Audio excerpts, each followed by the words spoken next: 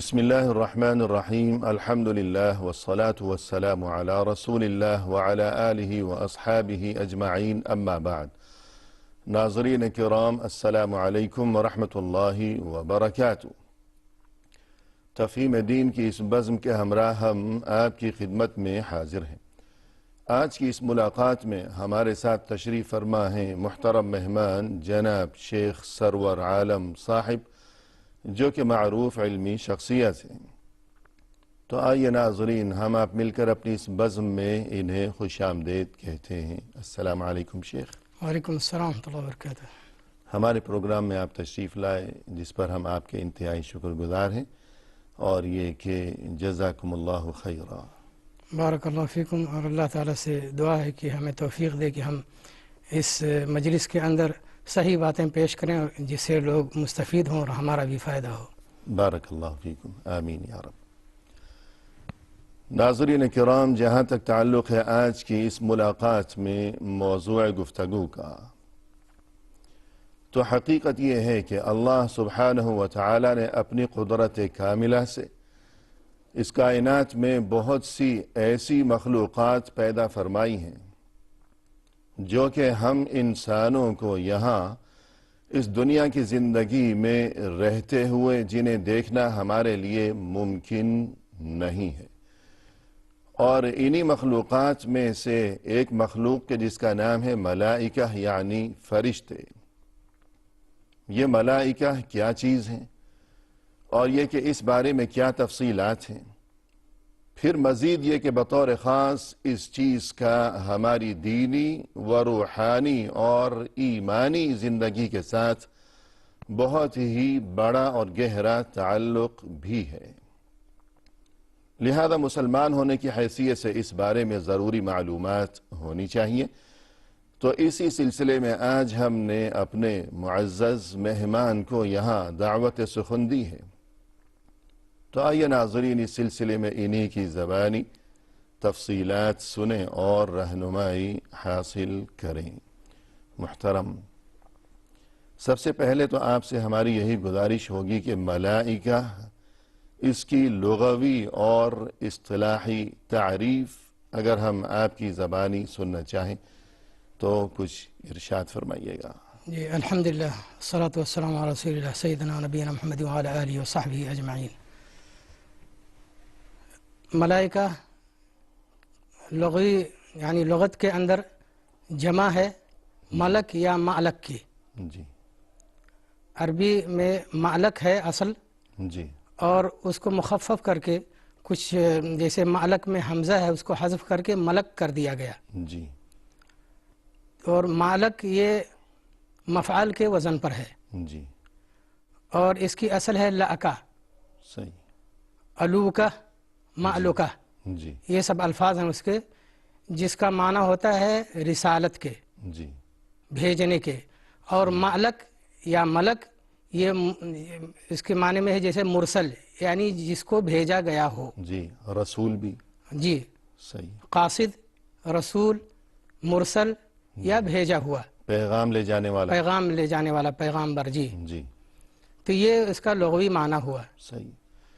اصطلاحی معنی یہ ہے کہ تو اس کا مقصد یہ ہوا کہ لغوی معنی کے لحاظ سے علوکہ، جو کہ اصل ہے ملک کی، یا اسی طرح ملک جیسے آپ نے ارشاد فرمایا، تو جب اس کے لغوی معنی ہو گئے پیغام لے جانا، جی، اور ہم دیکھتے ہیں کہ رسول کے لفظی معنی بھی یہی ہے، پیغام لے جانے والا۔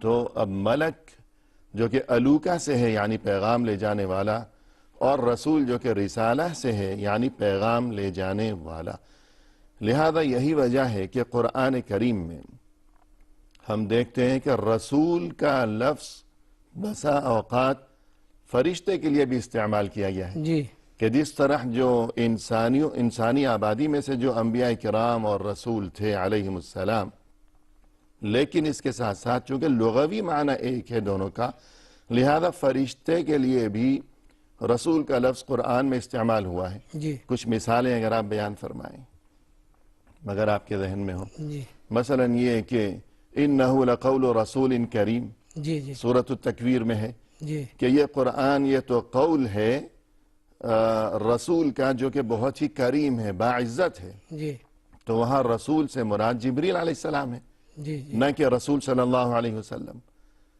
اور اسی طرح وَلَمَّا جَاءَتْ رُسُلُنَا إِبْرَاهِيمَ بِالْبُشْرَى، بشرا جی تو اس بارے میں اس آیت کی بھی کچھ کہ رسول کا لفظ یہاں کیسے استعمال ہوا فرشتوں کے لیے؟ جی جی تو وہ واقعہ یہ ہے کہ اللہ تعالیٰ کی طرف سے فرشتے نازل ہوئے ابراہیم علیہ السلام کے پاس جی خوشخبری لے کر کے۔ صحیح وہ خوشخبری یہ تھی کہ ان کو جو ہے اولاد اللہ تعالیٰ کی طرف سے نصیب ہوگی۔ صحیح ہے جی پھر وہ قرآن مجید میں اس کا تذکرہ ہے کہ وہ انسانی شکل و صورت کے اندر آئے جی تو ابراہیم علیہ السلام نے ان کو یہی سمجھا کہ یہ انسان ہے، پہلے نہیں پہچان سکے، صحیح اس لیے ان کی جو ہے میزبانی کی اور وہ جو ہے یعنی کہ گائے وغیرہ بچھڑا ذبح کر کے لائے اور ان کے سامنے رکھا کھانا، اور اس کے بعد کہا الا تاکلون، جی کیا تم کھاتے نہیں؟ صحیح تو وہ جو ہے انہوں نے کھانا نہیں کھایا، اس لیے کہ وہ انسان نہیں تھے، فرشتے، ان کو کھانے پینے کی ضرورت نہیں، نہیں ہے جی جو بشری تقاضے ہیں ان کی ضرورت نہیں ہے۔ صحیح تو اس کے بعد پھر انہوں نے بتلایا کہ ہم آپ کے لیے خوشخبری لے کر کے آئے ہیں۔ صحیح ہے تو ابراہیم علیہ السلام کو پتہ چلا کہ یہ فرشتے ہیں۔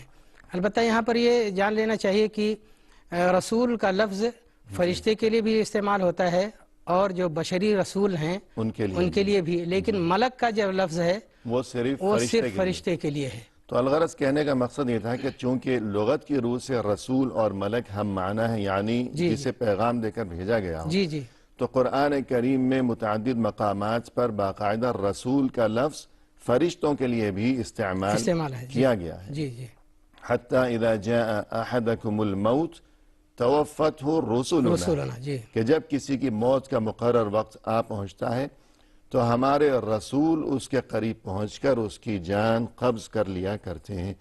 تو یہاں قرآن کریم میں رسول سے مراد فرشتے کوئی انسانی رسول نہیں بلکہ ملک الموت جی جی اور جو اس کے ساتھی ہیں اعوان ہیں یعنی فرشتے۔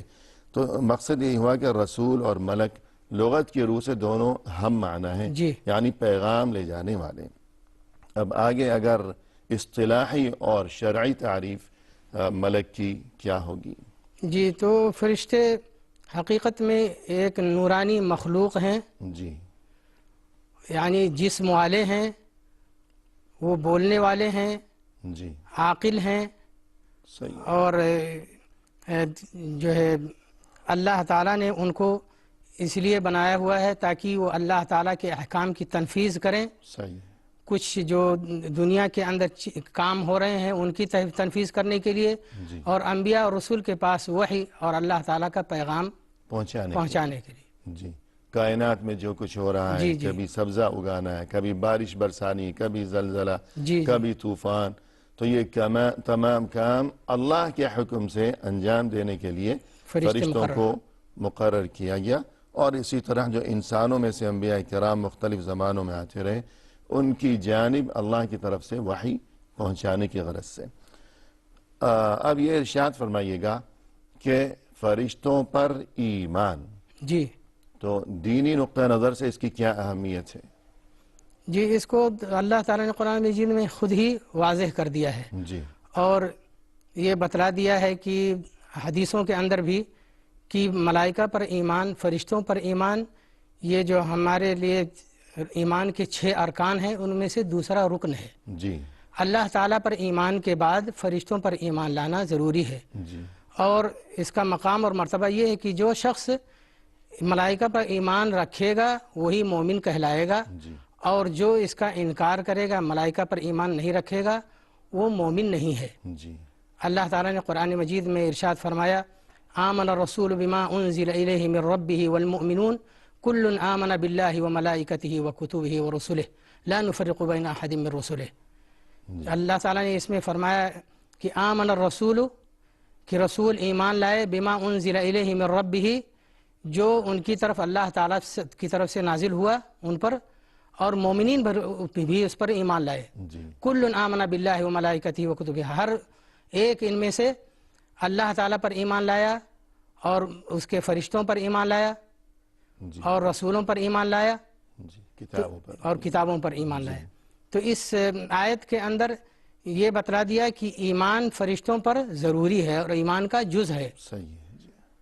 جو شخص ملائکہ پر ایمان نہیں رکھتا، فرشتوں پر ایمان نہیں لائے گا، اس کا ایمان نہیں ہوگا. صحیح ہے جی. اسی لیے دوسری آیت کے اندر اللہ تعالیٰ نے ارشاد فرمایا وَمَن یکفر باللہ وملائکتہ، اور شروع آیت میں یا ایھا الذین آمنوا آمنوا باللہ ورسولہ والکتاب الذی نزل علی رسولہ والکتاب الذی انزل من قبل ومن یکفر باللہ وملائکتہ وکتبہ ورسلہ والیوم الآخر فقد ضل ضلالا بعیدا. اس آیت کے اندر فرمایا کہ وَمَن یکفر باللہ وملائکتہ، کہ جو شخص کفر کرے گا اللہ تعالیٰ کے ساتھ، فرشتوں کے ساتھ کفر کرے گا، اور یوم آخرت پر، اس کی کتابوں پر جی کے ساتھ کفر کرے گا، تو وہ بہت دور کی گمراہی میں چلا گیا. جی بے شک. یعنی کہ فرشتوں پر ایمان نہ لانا یہ گمراہی یہ گمراہی ہے، بہت بڑی گمراہی ہے، اور انسان کے دین کے خلاف ہے. جی صحیح ہے.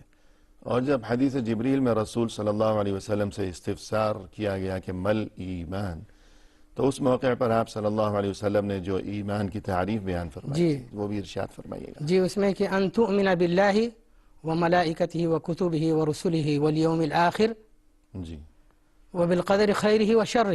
جی اس حدیث کے اندر ہے کہ تم ایمان یہ ہے کہ تم اللہ پر ایمان لاؤ، اس کے فرشتوں پر ایمان لاؤ، اس کی کتابوں پر، اس کے رسولوں پر، اور آخرت کے دن پر، اور جو تقدیر ہے چاہے اچھی ہو یا بری. جی یہ 6 چیزیں ہیں، ان پر ایمان لانا ضروری ہے. اسی لیے انہیں ارکان ایمان کہا جاتا ہے. جی بالکل.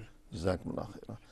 اور یہ جو ترتیب ہے کہ ہم دیکھتے ہیں کہ سب سے پہلی بات اللہ پر ایمان، اور اس کے بعد فرشتوں پر، اور اس کے بعد کتابوں پر، اس کے بعد انبیاء کرام پر، پھر آخرت، اور پھر تقدیر.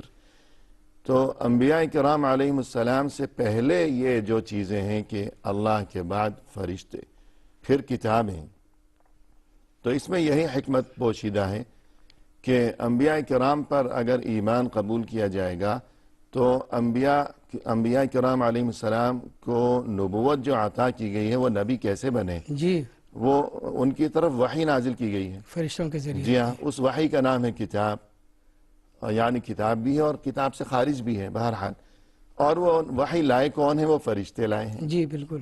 تو گویا یہ جو ترتیب ہے کہ اللہ کی طرف سے فرشتوں کو بھیجا گیا، تو اللہ پر ایمان نمبر 1، فرشتوں کو بھیجا گیا یہ چیز ہو گئی نمبر 2، فرشتوں کو جو چیز دے کر بھیجا گیا وہ چیز یعنی آسمانی کتابیں، یہ چیز ہو گئی نمبر 3، اور جس کی طرف بھیجا گیا یعنی انبیاء کرام علیہ السلام، یہ چیز ہو گئی نمبر 4.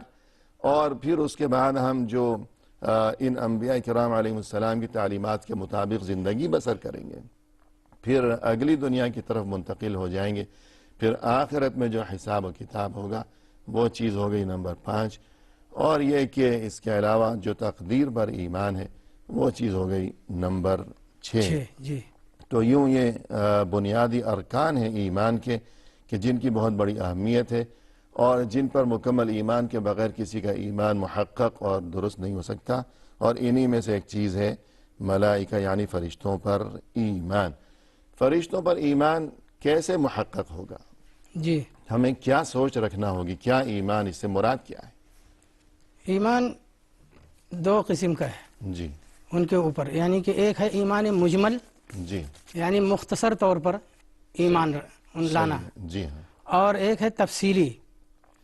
تو جو اجمالی جو ایمان ہے یا کہ مختصر طور پر جو ایمان ہے وہ اس کے اندر یعنی 4 پوائنٹ ہیں، جی 4 نقطے ہیں. صحیح ہے. 4 امور پر اگر وہ اس طرح سے مطلب انسان کا ایمان ہے تو سمجھو کہ بالاجمال جو ہے وہ ایمان رکھتا ہے اور اس کا ایمان صحیح ہے. جی پہلی چیز یہ ہے کہ ان کے وجود کا اقرار اور اعتراف کرے صحیح کہ وہ کہ موجود فرشتے ہیں. موجود ہیں، جی اور یہ کہ وہ اللہ تعالیٰ کی مخلوق ہیں، اللہ تعالیٰ نے انہیں پیدا کیا ہے اپنی عبادت کے لیے، اور ان کا وجود حقیقی ہے، خیالی نہیں ہے، صحیح ہے. تصوراتی نہیں ہے. جی اور ہم ان کو نہیں دیکھ رہے ہیں تو اس کا مطلب یہ نہیں کہ وہ موجود نہیں ہیں. جی یہ پہلی چیز ہوئی. دوسری چیز یہ کہ اللہ تعالیٰ نے ان کو جو مقام اور مرتبہ دیا ہے اس مقام اور مرتبے پر ان کو ہم رکھیں، صحیح ہے. ان کو نہ اس سے اوپر بڑھائیں اور نہ ہی نیچے گرائیں جی، اور یہ ثابت کریں کہ وہ اللہ تعالیٰ کے بندے ہیں اور اللہ تعالیٰ کی طرف سے مامور ہیں، ان کو مطلب حکم ہے کہ یہ کرو یہ نہیں کرو، صحیح، اور وہ اللہ تعالیٰ کی طرف سے مکلف ہیں اور اسی چیز پر وہ قدرت اور طاقت رکھتے ہیں جس چیز کی قدرت اور طاقت رب نے انہیں دی ہوئی ہے۔ جی اور ان کے اندر یہ بھی ہے کہ فرق مراتب بھی ہیں۔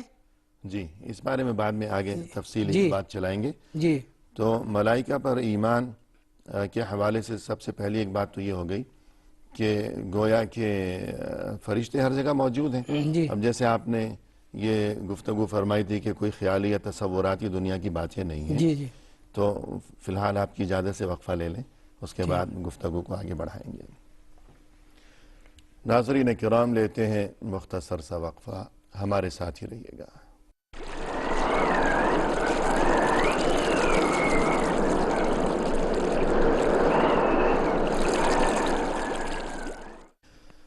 ناظرین، وقفے کے بعد ہم حاضر خدمت ہیں، تو آئیے گفتگو کا سلسلہ آگے بڑھایا جائے۔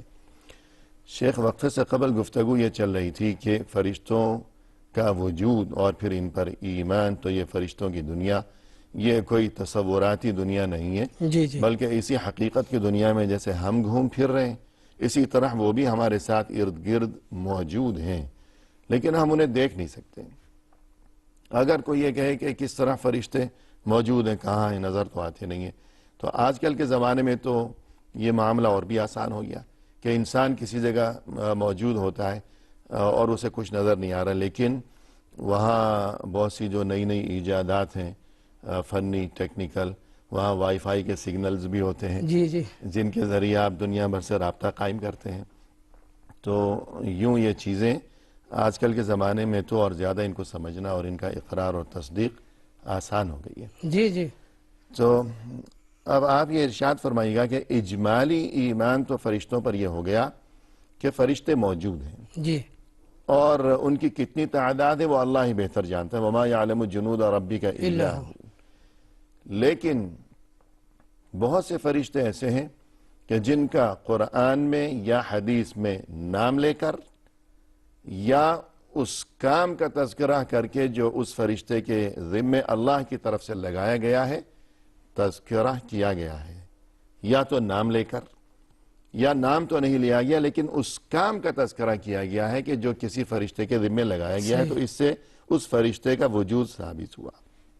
تو اس قسم کے جو فرشتے ہیں ان پر تفصیلی ایمان جو ہے وہ زیادہ بہتر ہے، اگر ضروری نہیں تو کم از کم یہ کہ زیادہ بہتر ہے۔ صحیح۔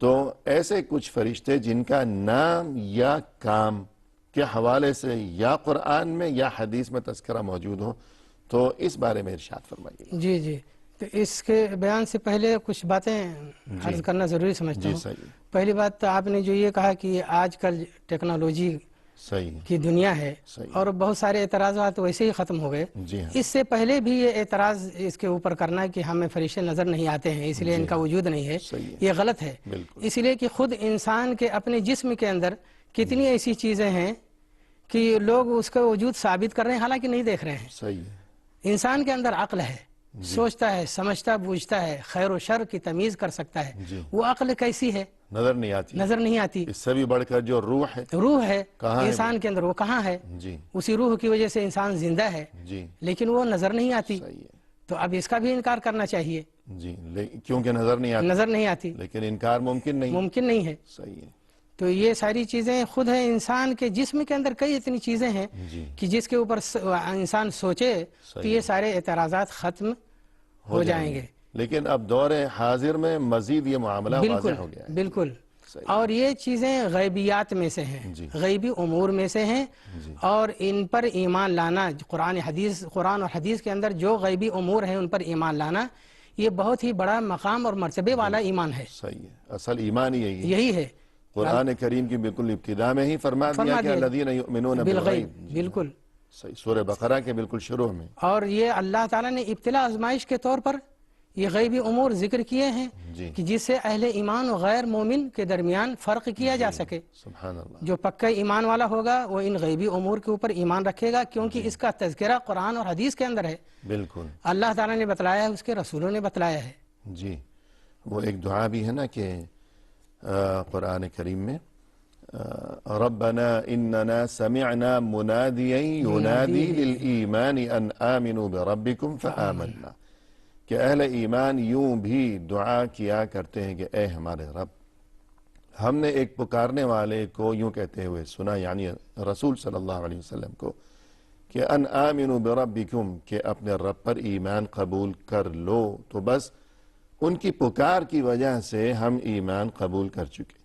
یعنی انہوں نے جو کچھ اپنی زبان سے ارشاد فرمایا اللہ کے حکم سے کہ جنت ہے وہاں کی نعمتیں ہیں، جہنم ہے وہاں کا عذاب ہے، اگر یوں کریں گے تو جنت ملے گی، یوں کریں گے تو جہنم ملے گی.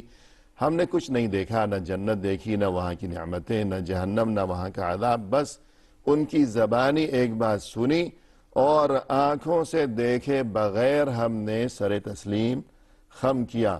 تو غائبانہ ایمان سے یہی مراد ہے. اور ان لوگوں کا بہت بڑا مقام و مرتبہ ہے، لہذا یہ چیزیں ہمیں نظر آئیں یا نہ آئیں، بہرحال ایمان ضروری ہے. البتہ آج کے دور میں کوئی انکار اگر کرنا چاہے تو اس کے لیے راہ فرار ممکن نہیں. جی صحیح ہے. دوسری چیز یہ کہ جیسے مجمل ایمان کے بارے میں جو میں نے ذکر کیا، اس میں تیسری چیز یہ ہے، مطلب دوسری چیز تو بیان ہو چکا جی کہ ان میں سے جو ہے فرق مراتب بھی ہیں. صحیح. بعض جو ہے زیادہ مقام میں بلند والے ہیں جی ہاں. اور بعض ان سے کمتر ہیں. اس کے باوجود بھی وہ اللہ تعالیٰ کے بندے ہیں اور وہ کوئی یعنی کسی بھی چیز کے مالک نہیں ہے اپنی طرف سے، اور نہ ہی ان کے لیے کوئی مطلب عبادت جائز ہے. ساری عبادتیں اللہ تعالیٰ کے لیے ہیں. ربوبیت کی صفات سے بالکل وہ الگ ہیں اور ان کو اللہ نہیں بنا دینا چاہیے جس طریقے سے کہ کرسچین اور نصارہ نے کیا. تیسری چیز یہ کہ قرآن اور حدیث کے اندر ان کے حق میں جو چیزیں وارد ہوئی ہیں ان کے اوپر ایمان رکھا جائے، یہ بھی ایمانی مجمل میں داخل ہے. چوتھی چیز یہ کہ اللہ تعالیٰ نے جن کا نام لیا ہوا ہے، ذکر کیا ہے قرآن میں، ان کو مانا جائے کہ ہاں یہ فرشتے ہیں، جیسے کہ جبریل، میکائیل، اسرافیل. حدیث اور قرآن میں جو ہے ان کا تذکرہ ہے، اس پر ایمان رکھا جائے. یہ ایمان مجمل ہے. اب ان کی تفصیلات کیا ہیں؟ ان تفصیلات کو انسان جب جتنی بھی تفصیل کے اندر جائے گا اور تفصیلات معلوم کرے گا تو اس کا ایمان اور بھی زیادہ مضبوط ہوگا اور بھی قوی ہوگا. بالکل. اور اسے بہت زیادہ فائدہ پہنچے گا. جی. اور اس کے دل کو روحانی تسکین نصیب ہوگی. صحیح. تو سب سے بڑا مقام و مرتبہ کس کا ہے، وہ کون ہے اور کیوں ہے اس کا بڑا مقام و مرتبہ؟ جی، فرشتوں میں سب سے بڑے مقام والے جبریل علیہ السلام ہیں. جی. اور ان کا جو ہے تذکرہ قرآن اور حدیث کے اندر بہت زیادہ ہے. حدیثوں میں تو بہت ہی زیادہ ہے اور قرآن میں بھی تذکرہ ہے. اور اللہ تعالیٰ نے ان کے مقام و مرتبے ہی کی وجہ سے جو ہے بار بار قرآن میں ذکر کیا ہے. اور ان کے کئی ایک نام ہیں، القاب بھی ہیں. اور یہ نام اور القاب بھی اس بات پر دلالت کرتے ہیں کہ اس شخص اور اس آدمی، شخص اور اس فرشتے اور اس ذات کا مقام و مرتبہ بہت ہی بلند ہے اللہ کے نزدیک. جی، اللہ کے نزدیک، کیونکہ جس کے نام زیادہ ہوتے ہیں وہ نام اللہ نے ہی ذکر فرمایا. جی بالکل. صحیح. تو اس میں جبریل علیہ السلام سب سے زیادہ مقام اور مرتبے والے ہیں. جی. مثلا اور کس نام سے انہیں قرآن میں یاد کیا گیا ہے؟ کچھ مثالیں. جیسے پہلا تو نام جبریل ہے. جی. قرآن مجید میں اللہ تعالیٰ نے ارشاد فرمایا قل من کان عدوا لجبریل فإنه نزله على قلبك بإذن اللہ. کہہ دیجئے اے رسول کہ جو جبریل کا دشمن ہے فإنه نزله على قلبك بإذن اللہ، تو وہی وہ ذات ہے اللہ تعالیٰ جس نے نازل کیا ہے اس قرآن کو. فإنه نزله على قلبك بإذن اللہ، نازل کیا ہے آپ کے دل کے اوپر اللہ تعالیٰ کے حکم سے. جی. یعنی قرآن کو لے کر کے وہی آئے ہیں. جی. اور دوسری آیت کے اندر کہ وَإِن تَظَاهَرَ عَلَيْهِ فَإِنَّ اللَّهَ هُوَ مَوْلَاهُ وَجِبْرِيلُ وَصَالِحُ الْمُؤْمِنِينَ. اس آیت کے اندر بھی جبریل کا نام ہے. اور تیسری آیت کے اندر اللہ تعالیٰ نے فرمایا مَن كَانَ عَدُوًّا لِلَّهِ وَمَلَائِكَتِهِ وَرُسُلِهِ وَجِبْرِيلَ وَمِيكَالَ فَإِنَّ اللَّهَ عَدُوٌّ لِلْكَافِرِينَ. کہ جو شخص اللہ تعالیٰ کا دشمن ہے، اس کے فرشتوں کا دشمن ہے، اس کے رسولوں کا دشمن ہے، جبریل اور میکائیل کا دشمن ہے، تو یقینا اللہ تعالیٰ بھی کافروں کا دشمن ہے. جی. اور کسی نام سے جی. اللہ تعالیٰ نے اس کے علاوہ روح کہا ہے. جبریل علیہ السلام کا جبریل علیہ تذکرہ السلام کو جی روح کے لفظ سے بھی کیا گیا ہے. جی صحیح. فرمایا تعرج الملائکۃ والروح الیہ فی یوم کان مقدارہ 50,000 سنہ. جی.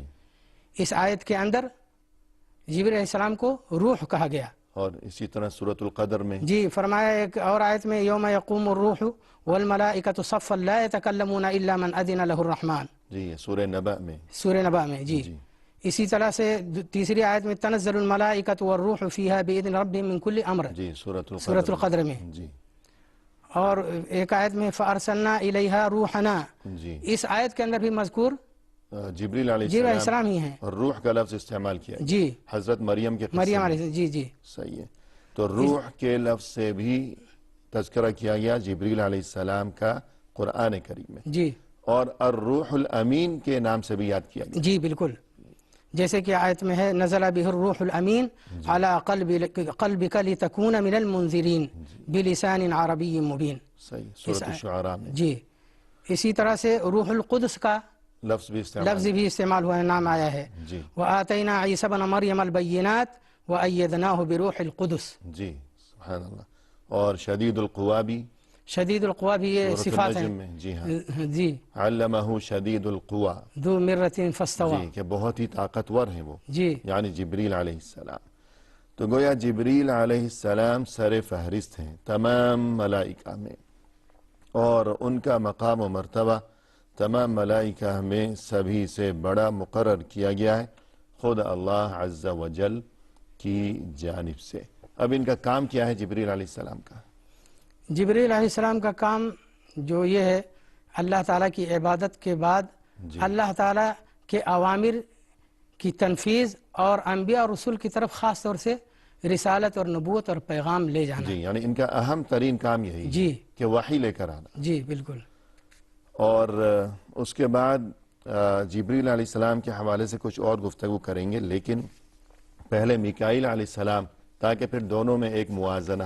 تو میکائیل علیہ السلام بھی فرشتوں میں ہے، اور جبریل علیہ السلام کے بعد ان کا دوسرا نمبر ہے. جی. تو ان کے بارے میں کیا ان کا تذکرہ قرآن میں آیا ہے، اور کیا ان کے ذمہ کام ہے؟ جی میکائیل علیہ السلام کا بھی تذکرہ قرآن میں آیا. اسی آیت کے اندر جو پہلے سورۃ البقرہ گزر چکی. جی. من کان عدوا للہ وملائکتہ ورسلہ وجبریل ومیکال فإن اللہ عدو للکافرین. جی. اس میں میکائیل علیہ السلام کا تذکرہ ہے. اسی طرح سے سمرہ ابن جندب رضی اللہ عنہ کی حدیث ہے کہ اللہ کے رسول صلی اللہ علیہ وسلم نے فرمایا رأیت اللیلۃ رجلین اتیانی فقالا الذی یوقد النار مالک خازن النار وانا جبریل وہذا میکائیل. جی. اس حدیث کے اندر ہے کہ اللہ کے رسول صلی اللہ علیہ وسلم نے فرمایا کہ میں نے آج کی رات دو آدمیوں کو دیکھا خواب میں، اتیانی کہ میرے پاس وہ دونوں آئے، فقالا اور دونوں نے کہا الذی یوقد النار کہ جو جہنم کو جلا رہا ہے، بھڑکا رہا ہے، وہ مالک ہیں جو وہاں کے خازن ہے جہنم کے داروغہ ہیں. وَأَنَا جبریل وَهَذَا میکائیل، اور میں جبریل ہوں اور یہ میکائیل ہیں. تو حدیث میں بھی جو ہے میکائیل کا تذکرہ ہے. ابن عباس رضی اللہ عنہ کی حدیث میں ہے کہ نبی صلی اللہ علیہ وسلم نے جبریل علیہ السلام سے پوچھا کہ میکائیل علیہ السلام کا کام کیا ہے. تو جبریل علیہ السلام نے بتلایا کہ وہ مقرر ہیں نبات پر اور بارش پر. جی گویا میکائیل علیہ السلام کے ذمے اللہ کی طرف سے جو کام ہے، تو اس بارے میں آپ تذکرہ فرما رہے ہیں. جی. لیکن وقفے کے بعد مفصل تذکرہ آپ کی زبانی سنیں گے انشاءاللہ. محترم ناظرین، لیتے ہیں مختصر سا وقفہ، ہمارے ساتھ ہی رہیے گا.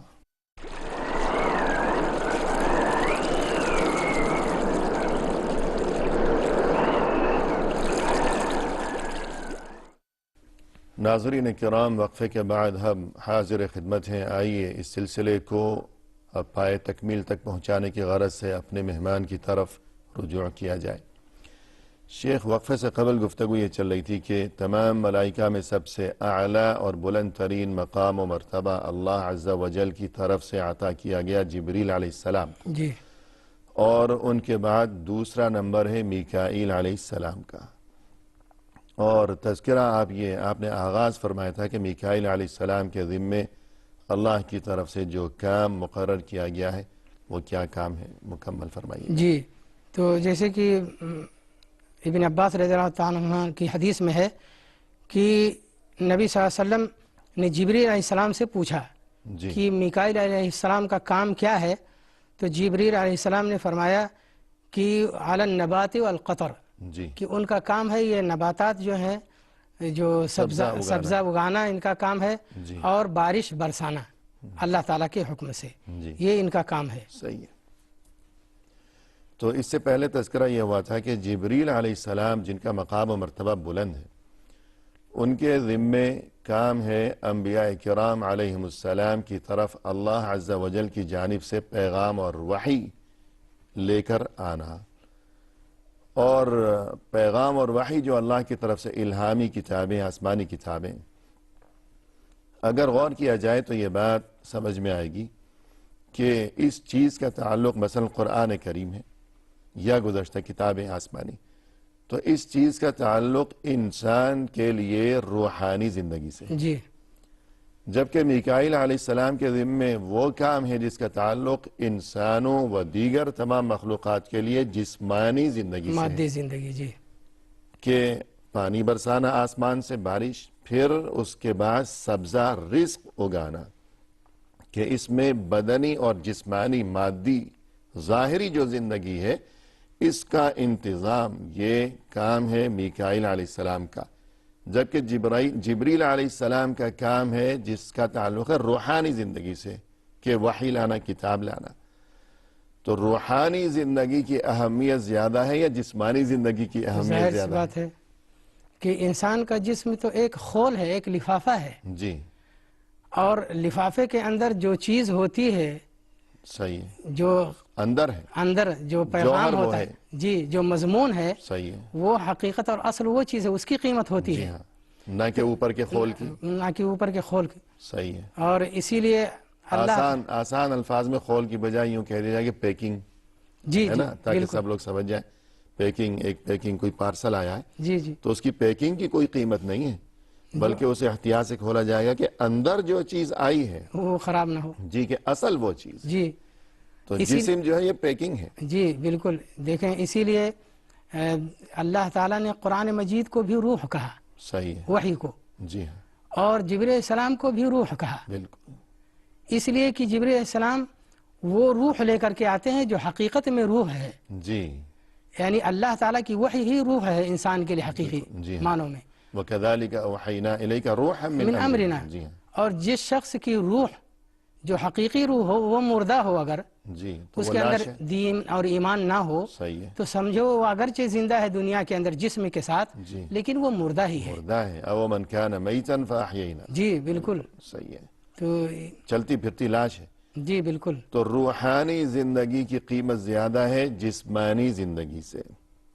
تو اب اسی حوالے سے اگر آپ سے یہ پوچھا جائے کہ پھر جبریل علیہ السلام کا درجہ میکائیل علیہ السلام سے کیوں زیادہ ہے، تو کس طرح دونوں چیزوں کو جوڑ کر کیا جواب دیا جائے گا؟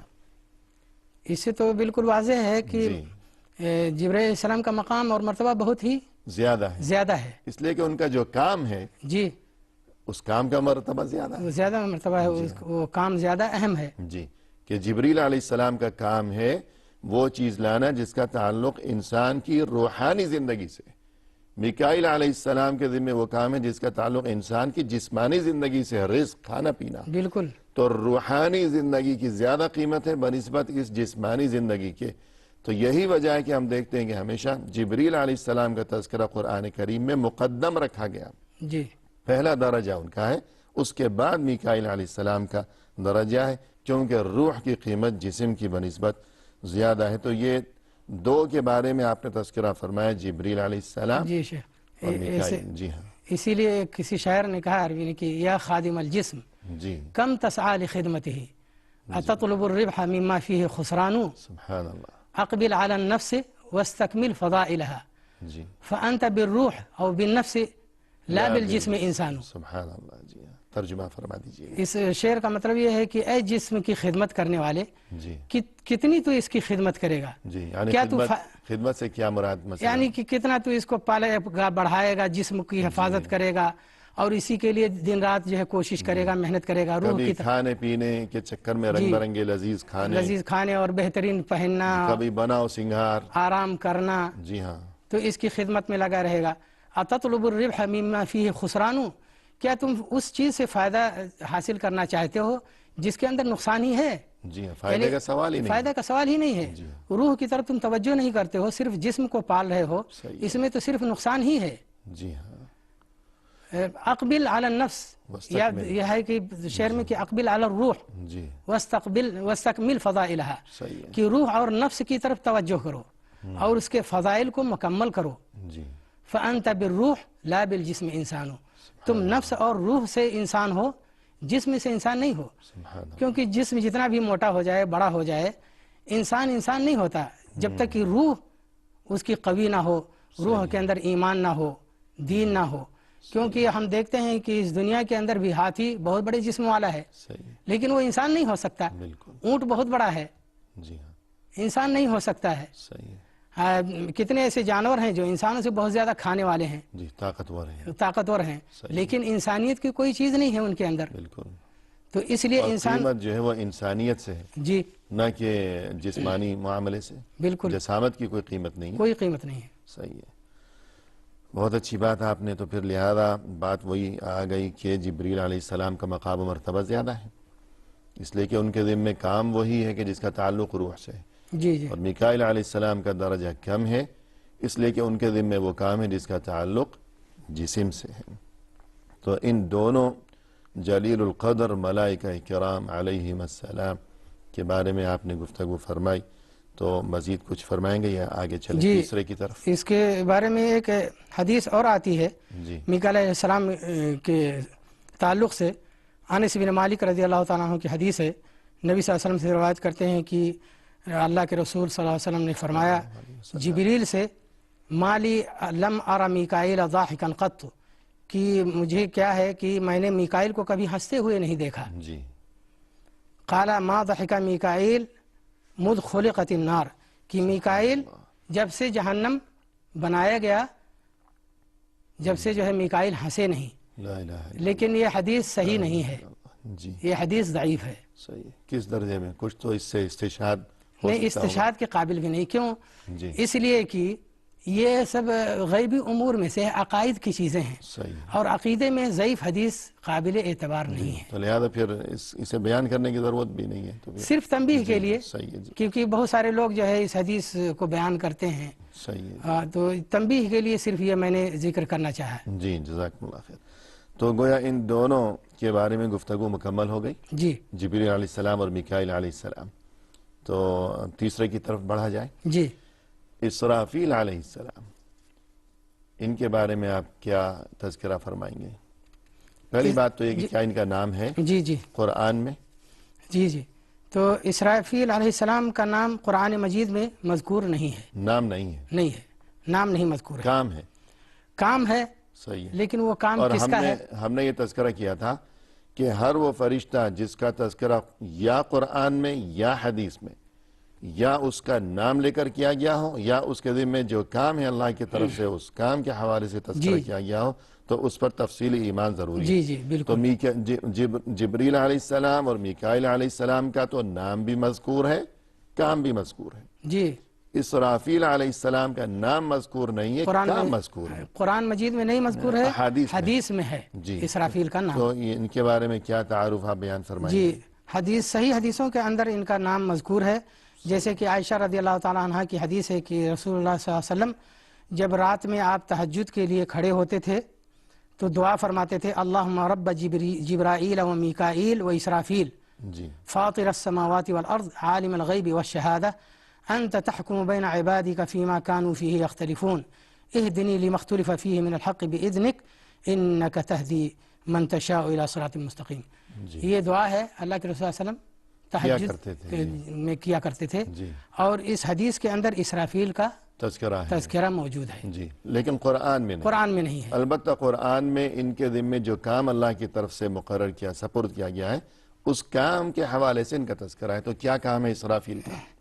جی تو یہیں پر یہ کہنا ہے کہ اسرافیل علیہ السلام کا نام لے کر کے ان کا کام نہیں مذکور ہے، تو ہم یہ کیسے کہہ سکتے ہیں کہ اسرافیل علیہ السلام کا یہ کام ہے؟ جی وہ احادیث کی روشنی میں، حدیث میں بھی جو آیا ہے وہ حدیث صحیح نہیں ہے.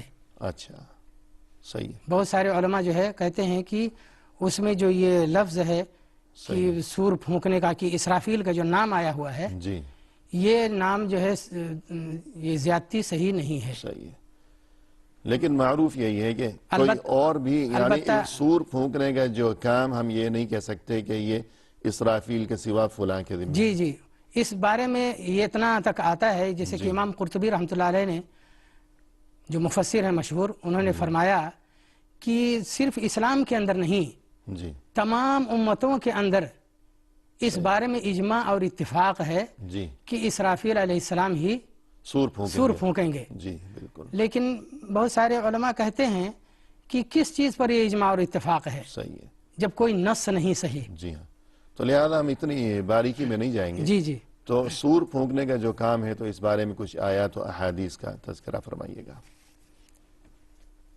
وَنُفِخَ فِي الصُّورِ فَصَعِقَ مَنْ فِي السَّمَاوَاتِ. جی ہاں، ارشاد فرمائیے گا. وَنُفِخَ فِي الصُّورِ فَإِذَا هُمْ قِيَامٌ يَنظُرُونَ. جی کہ جب سور میں پھونکا جائے گا جی تو لوگ کھڑے ہو کر کے دیکھیں گے ادھر ادھر، مبہوت ہو کر کے، صحیح. حیران و شزر اور پریشان یہ ہوں تو گے. دوسرا سور ہوگا. جی پہلا سور جو ہے نفخہ اولا، کہ جس کے نتیجے میں تمام زمین و آسمان اور کائنات برباد ہو جائے گی. وَيَوْمَ يُنفَخُ فِي الصُّورِ فَصَعِقَ مَنْ فِي السَّمَاوَاتِ وَمَنْ فِي الْأَرْضِ إِلَّا مَنْ شَاءَ اللَّهُ. اور اسی طرح جس میں دونوں نفخوں کا تذکرہ کیا گیا ہے، وَنُفِخَ فِي الصُّورِ فَصَعِقَ مَنْ فِي السَّمَاوَاتِ وَمَنْ فِي الْأَرْضِ إِلَّا مَنْ شَاءَ اللَّهُ ثُمَّ نُفِخَ فِيهِ أُخْرَى فَإِذَا هُمْ قِيَامٌ يَنظُرُونَ. سورة الزمر میں.